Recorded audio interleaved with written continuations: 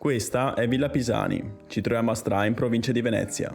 I Pisani, antica famiglia patrizia veneziana, si arricchiscono nel corso del 300 grazie ai traffici commerciali e alle rendite immobiliari. Nel 700 crescono di importanza grazie ad Alvise Pisani, ambasciatore alla corte del Re Sole e padrino di uno dei suoi figli. Nel 1735 riesce a farsi eleggere doge e governa la Serenissima per 6 anni. Nel 1721 Alvise Pisani decide di costruire al posto della villa di famiglia a Stra una residenza che possa competere con le regge principesche europee. Dopo aver preso i terreni vicini, affida il progetto a Gerolamo Frigimelica, che aveva lavorato per il Palazzo Pisani in Campo Santo Stefano a Venezia. L'architetto muore nel 1732 e per finire i lavori viene incaricato Francesco Maria Preti.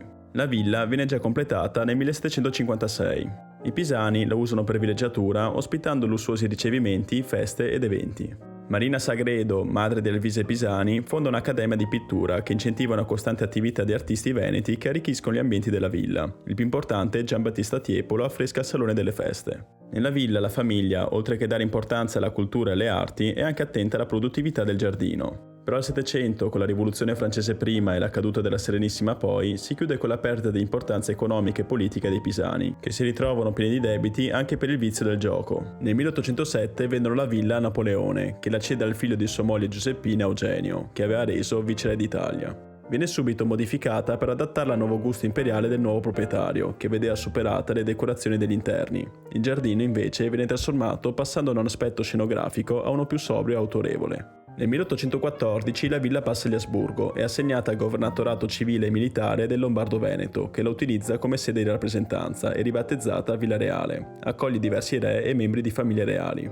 Nel 1866, dopo l'annessione del Veneto al Regno d'Italia, la villa ospita Vittorio Emanuele II e l'amante Rosa Vercellana. Nel 1868 diventa poi proprietà dello Stato e tra il 1874 e il 1882 messa più volte inutilmente all'asta.